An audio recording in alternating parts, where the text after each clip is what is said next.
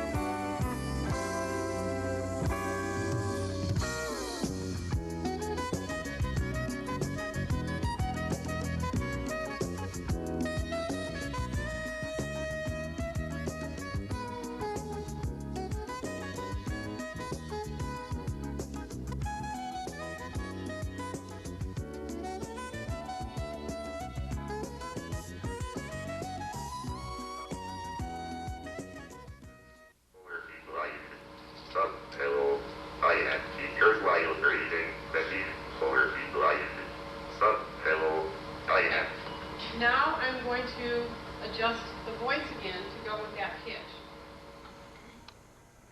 The library has been selected as one of 6 public libraries in the state to receive a Kurzweil reading machine. The Kurzweil machine, called the most revolutionary aid to the blind since the invention of Braille, is a compact computerized optical scanner which converts printed material into synthetic speech at rates of up to 250 words per minute. It is able to read materials such as correspondence, magazines, journals, and books in over 200 type styles. The KRM opens the library's vast collection to the visually impaired and allows the blind equal and immediate access to printed material and the privilege of reading when they wish and in privacy. Visually impaired individuals can call the East Brunswick Library AV Department and arrange to learn about the operation of the Kurzweil for their own personal use. For further information about the KRM, call 254-1220, extension 28.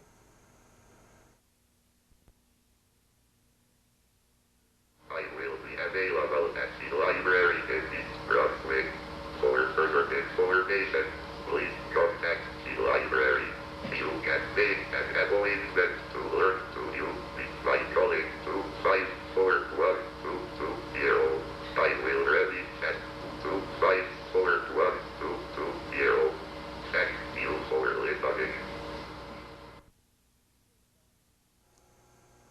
A $2 million drainage project designed to alleviate flooding problems on Rues Lane and Cranbury Road is currently under construction in East Brunswick, financed by state and county funds. In addition to preventing current flooding problems, the project will also enable future development of the area. Starting at Summerhill Road, the inland brook basin will be channelized and a detention pond built to hold up to 3 acres of floodwater. The channel will travel parallel to Rues Lane till the Catholic Welfare Center, then go underground past the firehouse. After crossing Rues Lane and Brunswick Avenue, the pipe will empty into a channel, which will carry the water under Cranbury Road and past the senior citizens' housing. The Ireland Brook drainage project is slated for completion in late summer.